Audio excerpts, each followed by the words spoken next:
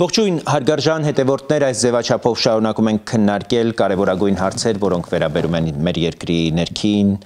եւ արտաքին քաղաքական օրակարգերին։ 44-օրյա պատերազմի հանգամանքներն ուսումնասիրող զեկույցը, որ պատրաստել էր Ազգային ժողովի համապատասխան հանձնաժողովը, պատրաստ է։ Ազգային ժողովի պաշտպանության եւ անվտանգության հարցերի մշտական հանձնաժողովի նախագահ Անդրանիկ Քոչարյանը նախորդին հանդես է եկել հարցազրույցով եւ որոշ կարևոր պարզաբանումներ եւ ակնարկներ արել պատերազմում պարտության պատճառների մասին, որոնք լուրջ հետևությունների, եզրահանգումների եւ կարևոր որոշումների անհրաժեշտության եւ հրամայականի առաջ են կանգնեցրել մեզ։ 44-օրյա պատերազմի մասին զեկույցը մեր համոզմամբ միայն անցյալի սխալների արձանագրում չպետք է լինի։ Դա մեր պետականության գոյության համար գոյաբանական փաստաթուղթ է իր ամբողջության մեջ, որի յուրաքանչյուր տողը ըստ էության բացահայտում է ոչ միայն այդ սոսկալի պատերազմում պարտության պատճառները, այլև պետական մտածողության, արտաքին քաղաքականության, անվտանգության համակարգի անընդունելի մաշվածությունը։ Այս զեկույցն ինքնին պարզ ու անողոք կերպով ցույց է տալիս, բացահայտում է, որ մեզ հետ պատահած պարտությունը չէր սկսվել ամենևին 2020 թվականի սեպտեմբերի 27-ին։ Այն սկսվել էր շատ ավելի վաղ, տարիներ առաջ, դավաճանության, ներսից փտած եւ անկարող կառավարման ինստիտուցիոնալ ըստ էության գոյություն չունեցող հիմքերի վրա, որտեղ բանակը վերածվել էր այդ կոռուպցիոն շղթայի, կոռուպցիոն ցանցի եւ պետական ռեսուրսները մսխող մեծ մեքենայի, որտեղ չկար ռազմավարական միտք, կարևոր ստրատեգիական նպատակներ, իսկ դաշնակիցների անվան տակ Հայաստանին մատուցվել էր մոլորեցնող, հաշվարկված եւ մահաբեր կեղծ պատկեր, կեղծ տեղեկություններ։ Հենց այստեղ է ընկած ճակատագրական հետևությունը։ Այս պատերազմում Հայաստանը պարտվեց ոչ միայն թշնամու գերազանցության պատճառով, այլև որովհետև պետությունը գործեց փակ աչքերով, առանց իրական հետախուզական տվյալների, առանց արդիական, առանց ժամանակակից կառավարման եւ առանց ռազմավարական ստրատեգիական ինքնուրույնության։ Այս ամենից բխում է այն գլխավոր դասը, որը պետք է դառնա մեր պետականության ուղենիշը, մեր պետականության եւ մեր կյանքի, մեր ռազմաքաղաքական ամբողջ միջավայրի ուղեցույցը։ Հայաստանը չի կարող գոյատևել հին համակարգերի մեջ եւ հին դաշնակիցների հետ եւ մնալ նրանց հույսին։ Այն պետությունը, որը մեկ անգամ արդեն խաբվել է մոլորեցնող դաշնակցային այսպես կոչված աջակցության խոստումներով, իրավունք չունի նույն ջուրը մտնելու եւ նույն սխալը կրկնելու։ Ռուսաստանը, որը տարիներ շարունակ հանդես էր գալիս որպես ռազմաքաղաքական, այսպես կոչված ստրատեգիական դաշնակից, անվտանգության երաշխավոր, իրականում ոչ միայն չկատարեց իր հիմնական անվտանգության երաշխավորի դաշնակցի պարտավորությունները, այլ ստեղծեց կախվածության մի ծուղակ, մի թակարդ, որտեղ մեր պաշտպանունակությունը, մեր դիմադրողունակությունը, մեր դիմակայության պոտենցիալը վերածվեց պատրանքի, վերածվեց չգոյության։ Հենց այս զեկույցից հետո ակնհայտ է դառնում, որ Ռուսաստանի հետ նախկին հարաբերություններին վերադառնալն այլևս ոչ միայն հնարավոր չէ, այլև վտանգավոր։ Այդ հարաբերությունները պետք է վերաֆորմատավորվեն, պետք է դրանց նոր բնույթ, նոր բովանդակություն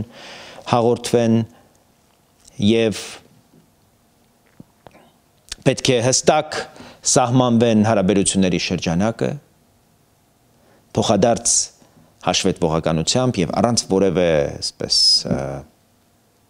առանձնաշնորհյալ իրավունքների մեր անվտանգության եւ մեր արտաքին քաղաքականության վրա։ Ինչն ուներ Ռուսաստանը եւ ինչի արդյունքում մենք 5 տարի առաջ ըստ էության առերեսվեցինք այդ արհավիրքին, պատերազմի արհավիրքին։ Հայաստանի անվտանգության համակարգը պետք է հիմնովին վերակառուցվի, որովհետև մենք այլևս չենք կարող թույլ տալ մեզ ունենալ մի բանակ, մի պաշտպանական համակարգ, որը կառուցված է բացառապես քաղաքական հավատարմության երթվյալների վրա։ Չենք կարող ունենալ մի բանակ, որը չունի ժամանակակից հետախուզական կարողություններ եւ գործում է 20-րդ դարի կեսերի դրամաբանությամբ։ Հայաստանը պետք է կառուցի ամբողջությամբ նոր բանակ, ՆԱՏՕ-ի չափանիշներին համապատասխանող բանակ, իր ինստիտուցիոնալ կարողություններով, իր մտածողությամբ, իր տեխնոլոգիական հնարավորություններով եւ զենքերով,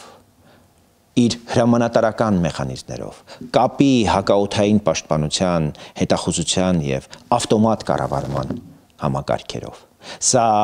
ոչ թե ցանկության, ոչ թե կամքի հարց է, այլ մեր բոլորի գոյության եւ այս փոփոխությունը այսպես կոչված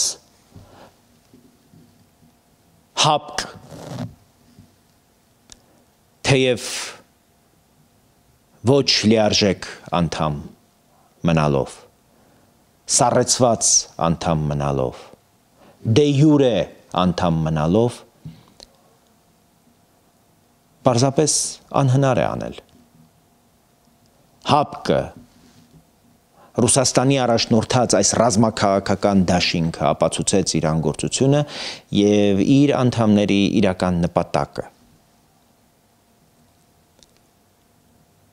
Մենք դա տեսանք 20 թվականին, մենք դա տեսանք 22 թվականին, մենք դա տեսանք 23 թվականին։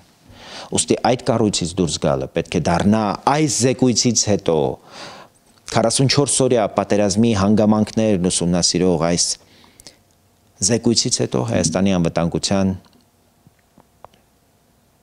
ռազմավարության առանցքային կետը։ Նույն տրամաբանությամբ Հայաստանը պետք է հրաժարվի նաև ԵԱՏՄ-ի շրջանակում ձևավորված տնտեսական կախվածությունից։ Այդ կախվածությունը խեղդում է մեր անկախ տնտեսական զարգացումը եւ խոչընդոտում իրական դաշնակիցների, իրական մեր աշխարհում մեր գործընկերների հետ առաջ գնալու, իրական ստրատեգիական նախագծեր իրացնելու եւ ինտեգրվելու այնպիսի միությունների մեջ, որոնք Հայաստանի ուժը կավելացնեն անգամներով եւ Հայաստանն էլ ի վիճակի կլինի այդ ուժի արդյունքում ստացված եկամուտները ծախսել իր պաշտպանության վրա։ Հայաստանում գործող ռուսական ռազմաբազան, որը այսօր ոչ թե Հայաստանի անվտանգության հարցերով է զբաղված եւ այսպես կոչված Հայաստանի անվտանգության երաշխիքներից մեկն է։ Մեր պատկերացմամբ Հայաստանի ինքնիշխանության սահմանափակման խորհրդանիշն է այդ ռազմաբազան, եւ որը այս զեկույցից հետո պետք է դուրս բերվի մեր երկրի տարածքից։ Եվ սա ոչ թե հակառուսականություն է, ոչ թե արևմտամետություն է, այլ պետական ինքնիշխանության վերականգնման եզակի քայլերից մեկը։ Միայն այդպիսով Հայաստանը կկարողանա ձևավորել այնպիսի պաշտպանական եւ արտաքին քաղաքականություն, որը կծառայի բացառապես մեր երկրի Հայաստանի ազգային շահերին։ 44-օրյա պատերազմի հանգամանքներն ուսումնասիրող այս զեկույցը պետք է դառնա ամենօրյա մեր աշխատանքը, մեր ուշադրությունը պահանջող ուրեմն եւ մեր աշխատանքը կազմակերպող առաջնահերթ ուղեցույց, ոչ թե պահարաններում փոշոտվող փաստաթուղթ։ Սա պիտի լինի մեր պետության ռազմավարության հիմքը։ Դրա յուրաքանչյուր տողը պարտավորեցնում է մեզ վերանայել ամեն ինչ արտաքին քաղաքական ուղեգծից մինչև բանակաշինություն, հետախուզական համակարգից մինչև դաշնակցային հարաբերություններ եւ իրական գործընկերների հետ ձևավորվող քաղաքականությունը։ Հայաստանը պետք է դադարի լինել օբյեկտ եւ դառնա սուբյեկտ հստակ նպատակներով, հաշվարկված քայլերով եւ գործողություններով ու իր անկախ ինքնիշխան որոշումներով։ Մենք պարտավոր ենք դաշնակիցներ փնտրել այնտեղ, որտեղ դրանք իրական են, հիմնված արժեքների, հիմնված մեր նպատակների եւ տեխնոլոգիական եւ անվտանգային մակարդակով համարժեք մեր պետական շահերին։ Եվ ամենակարևորը, մենք պարտավոր ենք հրաժարվել այն տրամաբանությունից, որը մեզ հասցրեց 2020 թվականի արհավիրքին, 2020 թվականի աղետին, այլևս ոչ մի դավաճանություն,